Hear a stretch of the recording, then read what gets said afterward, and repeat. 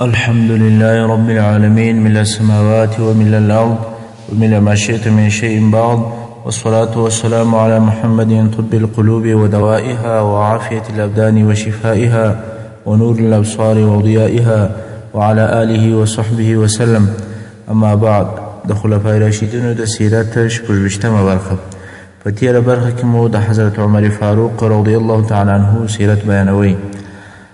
د ځینې معجزات او کرامات مو بیانول. اوس به هم هغه سلسله جاري پسې وساتو. کله چې مصر فتح کړل سو، نو د مصر خلق و عمرو بن العاص رضی الله تعالی عنه ته چې د مصر والي و هغه ته ورغلل او ورته ویې ویل: یا ایها الامیر، دغه زموږ رودنیل یو قانون او یو عادت لري، که موږ هغه قانون نه کړو پر ځای، بیا اوبه وچیږي او اوبه نه بهیږي. عمرو بن العاص رضی الله عنه ورته وویل: هغه څنګه قانون او عادت دی؟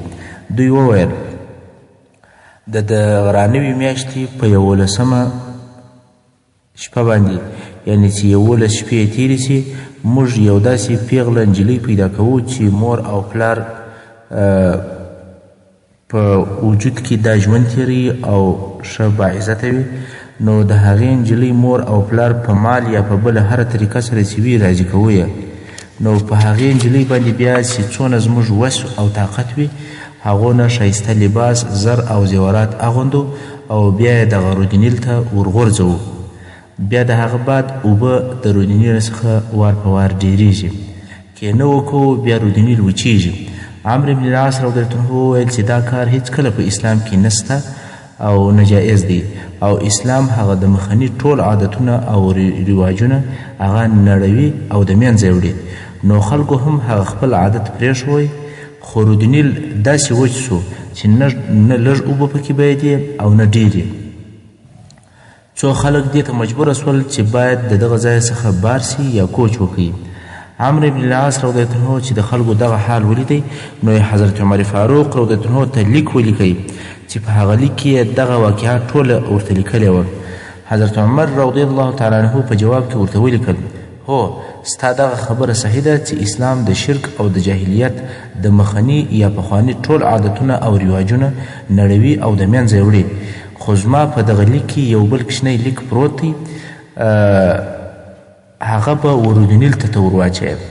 کله چې د حضرت عمر رضی الله تعالی عنه لیک و عمرو بن العاص رضی الله عنه ته راورسېدی، لیک یې ووایي او هغه بل کوچنی لیک یې خلاص کړئ چې په هغه کوچني لیک کې به یې لیکلي ول: من عبد الله عمر بن الخطاب امير المؤمنين الى نيل مصر، اما بعد فان كنت تجري من قبلك فلا تجري، وان كان الله يجريك فاسال الله الواحد القهار فاسال الواحد القهار ان يجريك. ترجمه: د الله د بنده عمر ابن خطاب امیر المؤمنین د طرفه د مصر و نیل ته، اما بعد، که ته ستا د طرفه بهیږې خو هیڅ مه بهیږه، او که الله تا بهوي، نو د واحد او قهار رب جل جلاله څخه دا غوښتنه کوم چې تا وبهوي.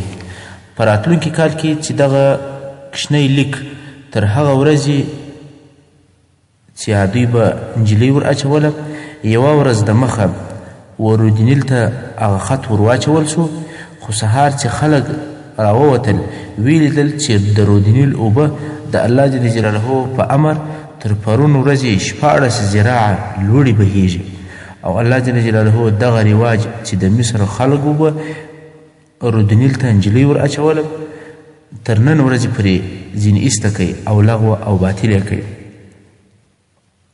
بل کرامت: یو چا چې به حضرت عمر رضی الله تعالی عنه ته خبرې کولې او د خبرو په مابینځ کې به د درواغو په خبرو شروع وکول، حضرت عمر رضی الله تعالی عنه به ورته وویل: دغه خبره دې مه پوره کوه، دا خبره دې پرېږده. بیا به هغه سړی نورې خبرې کولې، خو د خبرو په مابینځ کې بیا حضرت عمر رضی الله عنه ورته وویل: دغه خبره دې بنده کړه، مې پوره کوه.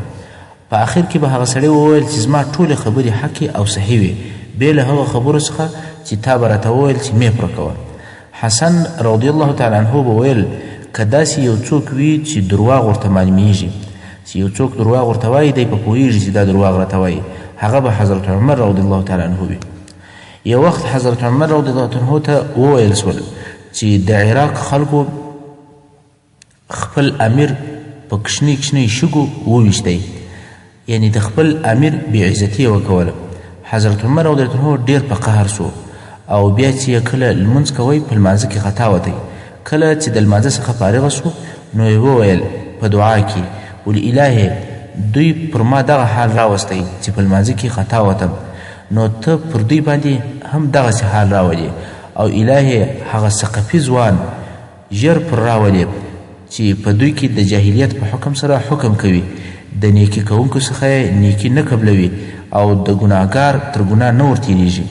چې په دغه خبره کې حجاج ابن یوسف ثقفي ته هغه ته اشاره وه. او دا وخت چې کله حضرت عمر رضی الله تعالی عنه د عراق خلکو ته دا اشاره کوله، په دې وخت کې د حجاج زیږېدلی لا نه و. دا د حضرت عمر رضی الله تعالی عنه د کراماتو څخه د څو کراماتو ذکر او یاد و. حضرت عمر رضی الله تعالی عنه ته الهام کېدی او د الله جل جلاله د طرفه مدد او نصرت کېدی. اوس به څه هغه واقعات هم را نقل کو چې د حضرت عمر رضی الله تعالی عنه د حق متابعت تر کومه اندازې پورې و. هر چیرې چې به حق و حضرت عمر رضی الله عنه به د هغه حق تابع و، که څه هم دغه حق د ده د مخالفینو سره وای. حضرت عمر رضی الله عنه که به د یو کار په باره کې خپله فیصله صادره که یا به په یو موضوع کې حکم وکوی او د ده مقابل طرف به د هغه فیصلې یا د هغه حکم مخالف و، نو به دغه عادل امام او امین خلیفه ته وویل چې زما او ستا په مابینځ کې دې بل څوک فیصله وکوي. سبحان الله، یوازې دا نه چې امیر المؤمنین د هغه مخالف طرف په دغه کار باندې نه ناراضه کیږي، بلکې ډېر به په خوشحاله کېدی چې زما او ستا په مابینځ کې به بل څوک فیصله وکوي. دا ځکه که به دی پر حق و نو د ځان دپاره به ملګری پیدا کوي، او که به دی خطا وتلی و نو د هغه دریم طرف په واسطه سره به سمه لار ورته وښول سوه. اوس دغه یو څو قصې واورئ. اول، حضرت عمر رضی الله تعالی عنه یوه ورځ و حضرت عباس رضی الله تعالی عنه ته وویل ما د رسول صلی الله علیه وسلم څخه د هغه تر رحلت د مخه واورېدل چې ویې فرمایل غواړم چې مسجد پراخه کم، نو اوس تا کور و مسجد ته ډېر نږدې دی، دغه کور دې راکړه چې په مسجد نبوي ګډ کم او په مسجد کې داخل کم، او تا ته به دغه ستا تر کور ډېر یا پراخه مځکه درکم. حضرت عباس رضی الله عنه وویل یا دا کار نه کوم. حضرت عمر رضی الله عنه وویل په دغه موضوع کې در باندې غالبه کېږم. عباس رضی الله عنه وویل په دغه موضوع کې ستا امر نه قبلوم، زما او ستا په مابینځ کې باید چې بل څوک وټاکل سي، هغه باید چې فیصله او حکم وکړي. امیر المؤمنین عمر رضی الله تعالی عنه وویل د دغه حکم دپاره څوک اختیاروي؟ اوس په خپله امیر المؤمنین د یو بل چا سره په خبره کې جنجال دی، غواړي چې بل څوک د دوی په مابین کې فیصله وکړي. عباس رضی الله تعالی عنه وویل حذیفه ابن یمان رضی الله تعالی عنه. اوس نو د دې پر ځای چې امیر المؤمنین حذیفه ابن یمان رضی الله تعالی عنه خپل مجلس ته راوغواړي، دی او عباس رضی الله تعالی عنهما دواړه ورغلل حذیفه ته. هو، اوس د حذیفه قدرت د امیر المؤمنین تر قدرت لوړ دی، ځکه دی د امیر المؤمنین او د یو بل مسلمان چې هغه یو فرد دی چې هغه د رسول صلی الله علیه وسلم اکا دی، د هغو دوو په مابینځ کې فیصله او حکم کوي. نو د حذیفه ابن یمان رضی الله تعالی عنه مخ ته حضرت عمر او حضرت عباس رضی الله تعالی عنهما کښېنستل او هغه د دوی د اختلاف موضوع یې ورته بیان کړه. حذیفه رضی الله تعالی عنه وویل ما اورېدلی دي چې نبی الله داود علیه السلام غوښتل چې بیت المقدس پراخه کړي، نو هلته مسجد ته نږدې یو کور او دغه کور د یو یتیم و، نو یې د دغه یتیمه څخه دغه کور وغوښتی، خو هغه دغه کور نه ورکوی. داود علیه السلام قصد وکوی چې دغه کور په زور ځینې واخلي، خو الله جل جلاله و داود علیه السلام ته وحی نازله کړه ان انزه البیوت عن الظلم له وبیتی، یعنی تر ټولو کورو د ظلم څخه پاک او خلاص کور هغه زما کور دی، یعنی زما په کور کې باید هیڅ ظلم ونشي او نه د ظلم مال یا بل د ظلم شی په ګډ او پکښې مصرف سي.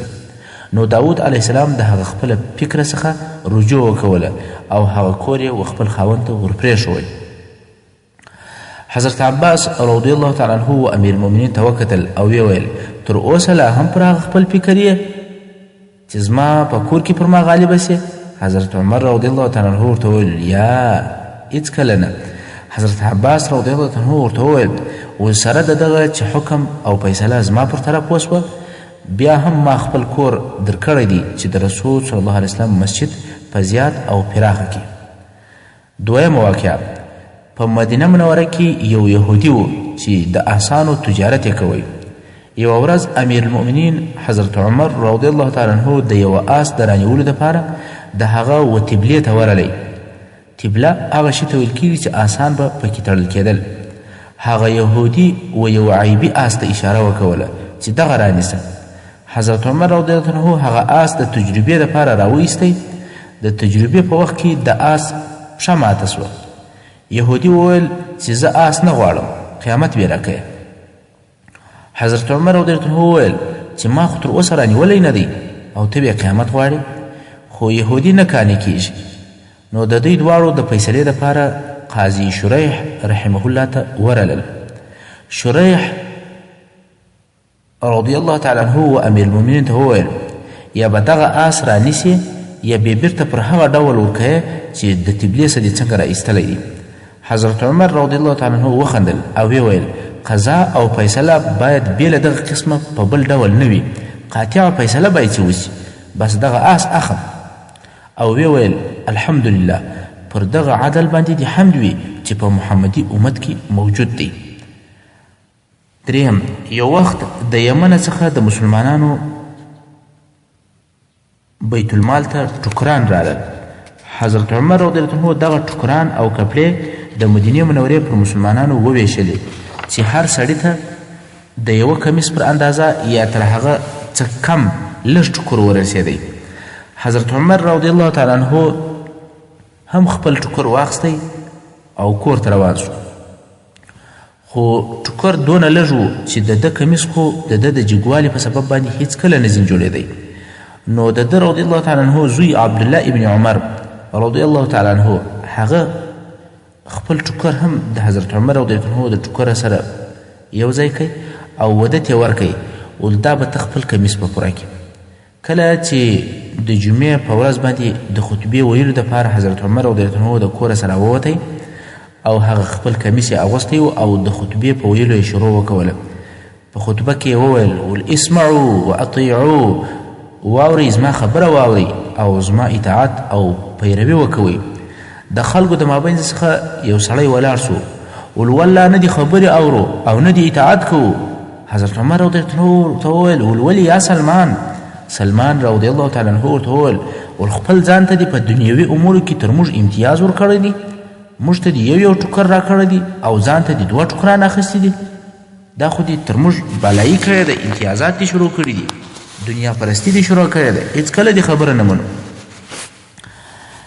امیر المؤمنین د خلکو په صفو کې شاوخوا وکتل او ویې ویل عبدالله چیرې دی؟ عبدالله د حضرت عمر رضی الله تعالی عنه زوی ولاړ سو ول زه دغه یم یا امیر المؤمنین. حضرت عمر رضی الله عنه د خلکو په حضور پوښتنه ځینې وکوله چې د دغه دویم ټوکر خاوند څوک دی؟ عبدالله رضی الله تعالی عنه وویل د هغه خاوند زه یم یا امیر المؤمنین. نو حضرت عمر رضی الله عنه حاضرینو خلکو ته چې سلمان رضی الله تعالی عنه هم په هغو خلکو کې و ورته ویې ویل لکه څنګه چې تاسې ته معلومه ده زه جګ سړی یم او هغه زما ټوکر زما نه بسېدی. نو عبدالله هغه خپل ټوکر ما ته راکوي، ما دغه خپل کمیس په اوږد کوي. سلمان رضی الله عنه چې په سترګو کې د غیبتي او اعتماد اوښکې پله اوښتلې ویې ویل الحمدلله اوس دې هم خبرې اورو او هم دې اطاعت کوو یا امیر المؤمنین. یوازې نن ورځ نه بلکې په ټول تاریخ او په ټوله دنیا کې حتی په هغو ملکو کې چې د دیموکراسۍ او د ازادۍ بیرغ یې هم په لاس کې نیولی دی، آیا داسې څوک یا داسې حزب یا داسې اختلاف او معارضه وجود لري چې د خپل حاکم سره دی د هغه د کالو او د لباس حساب په قاطع لهجه سره وکړي؟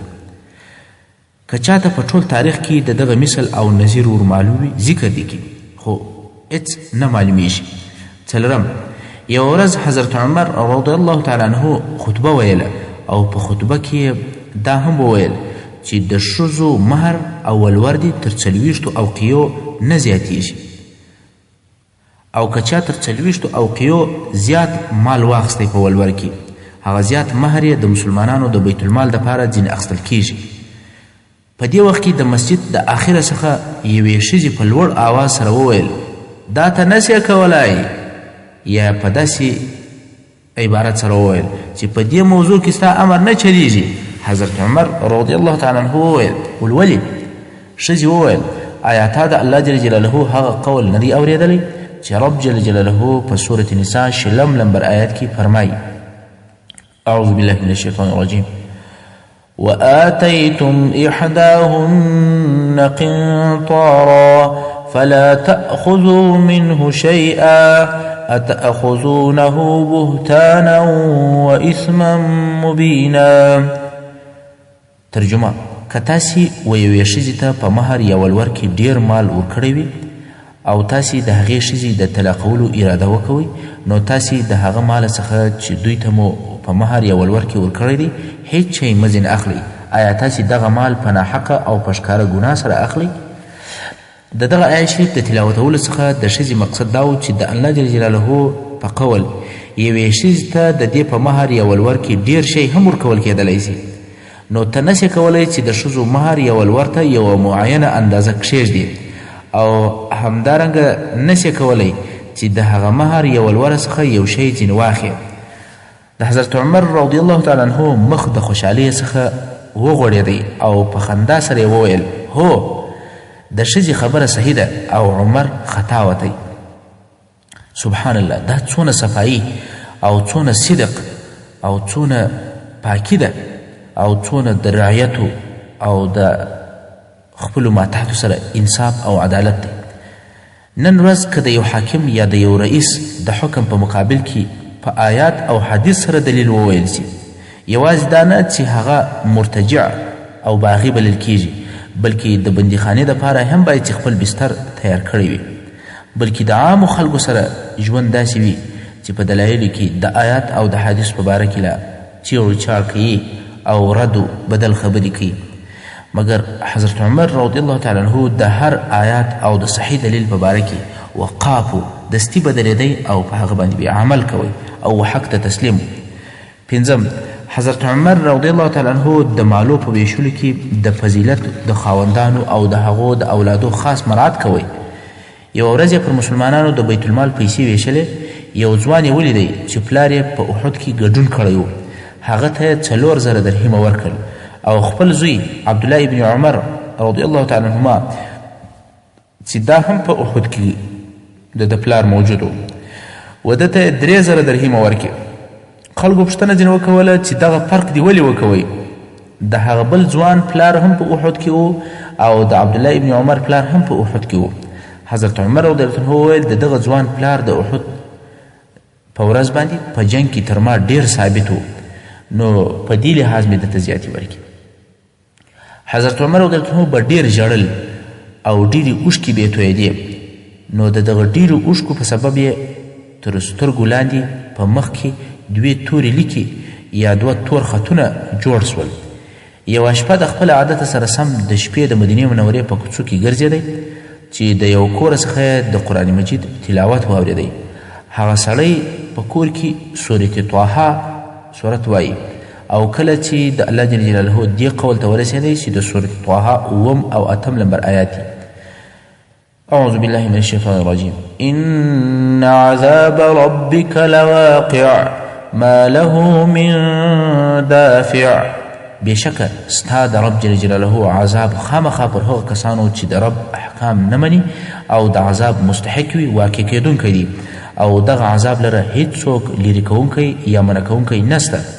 حضرت عمر رضی الله عنه ودرېدی او د ده پښو د ده د وړلو طاقت نه درلودی، نو د یو دیواله و بغل ته کښېنستی او ژړل یې تر داسې اندازې چې خلکو د ده رضی الله تعالی عنه کور ته پر چارپایي او پر کټ باندې یوړی. راوي د قصې وایي چې مسلمانانو یوه میاشت د ده کور او د ده پوښتنې ته ورتلل او په ناروغي او په ناجوړي باندې هم څوک نه پوهېدل، خو د ده ناروغي دغه وه چې دغه آیات یې اورېدلی و چې د آیات دونې اثر پر کړی و چې یوه میاشت ناجوړه و. خو زه او ته چې قرآن مجید واورو دومرې زیات اندازې ته مو د زړه قساوت او سختي رسېدلې ده چې هیڅ اثر نه پر راکوي. الله دې مو زړونه اصلاح کړي، الله دې مو ټول اعمال او احوال اصلاح کړي. حضرت عمر رضی الله عنه به د تقوا په هکله ډېره پوښتنه کوله. یوه ورځ یې د ابی ابن کعب رضی الله تعالی عنه څه پوښتنه وکوله. ورته ویې ویل چې د تقوا په باره کې څه خبرې راته وکوه. ابی رضی الله تعالی عنه ورته وویل یا امیر المؤمنین، که ته په یو داسې مځکه یا ځنګل کې رهي یې چې ډېر زوزان لري نو ته څه کوې؟ حضرت عمر رضی الله عنه وویل پایڅې راپورته کوم او ډېر کوښښ کوم چې په زوزانو کې نه وخیږم. کعب رضی الله تعالی عنه ورته وویل دغه تقوا ده چې د الله جل جلاله د عبادت دپاره به پایڅې راپورته کوې، ملا به تړې او کوښښ به کوې چې په ګناهو او په نافرمانیو کې ونه لویږم. بل وخت حضرت عمر رضی الله عنه د ابی ابن کعب رضی الله عنه څخه د روح د وتلو په باره کې پوښتنه وکوله چې د انسان څخه روح په کم کیفیت وځي.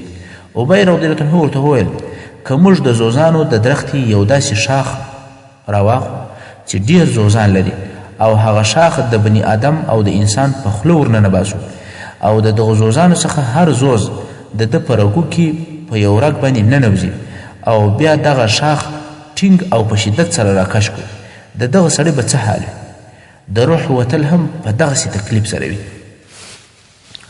حضرت عمر رضی الله عنه هغه حدیث شریفه چې امام مسلم په خپل کتاب صحیح مسلم کې د رسول صلی الله علیه وسلم څخه روایتوي، هغه حدیث یې د خپل ځان دپاره نصب العین ګرځولی و یا په بل عبارت باندې و خپلو سترګو ته حاضر ایښی و چې رسول صلی الله علیه وسلم فرمایي ما من امیر یلی امر المسلمین ثم لا یجهد لهم وینصح الا لم یدخل معهم الجنه. یعنی داسې امیر او حاکم نسته چې د مسلمانانو حکم د ده په لاس کې وي او بیا دې د دوی دپاره کوښښ ونه کوي او ځان د هغو دپاره ستړی نه کړي او مسلمانانو ته نصیحت ونه کوي مګر د دوی سره به جنت ته نسي داخل. یعنی جنت ته د امیر داخلېدل هغه مشروط دي په څو شرایطو سره. اول به د مسلمانانو په کارو کې کوښښ کوي، ځان به ستړی کوي او د دوی دپاره به خیرخواهي او د خیر غوښتنه کوي، بیا به د هغه بعد د مسلمانانو سره دی جنت ته داخلیږي. نو ځکه حضرت عمر رضی الله عنه د خوب او راحت دپاره وخت نه درلودی او ویل به څه وخت بیده سم، که د شپې بیده سم د خپل رب حق مې ضایع کوي او که د ورځې بیده سم د رعیتو حق مې ضایع کوي. طلحه ابن عبیدالله رضی الله تعالی عنه چې د عشره مبشرو څخه یو صحابي دی چې په جنت سره زیری ورکول سوی دی، یوه شپه د خپله کوره سره راووتی چې ناڅاپه یې امیر المؤمنین ولیدی چې هغه روان و، نو دی هم پسې رهي سو چې امیر المؤمنین چیرې ځي او څه کوي. حضرت عمر رضی الله عنه د یو کور دروازه ور وټکوله او بیا دننه کور ته ورغلی. پس له څه وخت څخه بیرته د کوره څخه راووتی. طلحه رضی الله عنه وایي وروسته زه هغه کور ته ورننوتم، ومې لیدل چې یوه عاجزه سپین سرې ړنده ښځه ده. نو مې هغه ښځې ته وویل چې دغه سړی چې اوس دلته رالی دا څوک و؟ ښځې وویل والله نه پېژنم، خو دا یو سړی دی چې د 10 کالو راهیسې په هفته کې یو وارې راځي، زما کور راپاکوي او زما د ضرورت شیان راته راوړي. خو چې کله زه پوښتنه ځینې وکوم چې ته څوک یې، دی وایي د الله د بندګانو څخه یو بنده یم، ستا دعا غواړم. دا د حضرت عمر رضی الله تعالی عنه خدمت او رحمت او شفقت پر امت مسلمه باندې.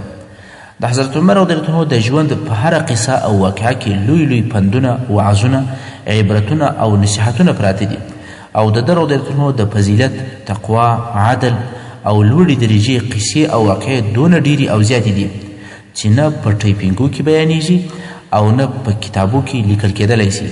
ځکه ده رضی الله عنه تقریبا 40 کاله عمر په اسلام کې تیر کړی دی، نو د 40 کلو د واقعاتو رانقلول د چا په وسه نه دی پوره. نو زه به هم په دغه لږ سره کفایت وکوم. اوس به د هغه عظیمو فتوحاتو په باره کې، د هغه عزت او مجد په باره کې کم چې د حضرت عمر فاروق رضی الله تعالی عنه د خلافت په موده کې اسلام او مسلمانانو ته حاصل سوي دي په اختصار سره بیان درته وشي. چې په لږ او محدود وخت کې اسلام څونه نشر سو او د اسلامي دولت حدود تر کومه ځایه پورې ورسېدل چې د هغه موضوعاتو عنوان په داسې شکل سره بیانولی سو چې د حضرت عمر رضی الله تعالی عنه د خلافت په موده کې کم فتوحات وسول نو د هغو فتوحاتو څخه تفصیلي بیان نه بلکې په اجمال شکل سره به څه عظیم فتوحات رانقل. محترم اوریدونکو څنګه چې وخت په پای ته رسیږي زموږ پاته برخه د سیرة الخلفاء به په راتلونکو حصو کې واوري. وصلى الله تعالى على خير خلقه محمد وآله وأصحابه وأهل بيته أجمعين.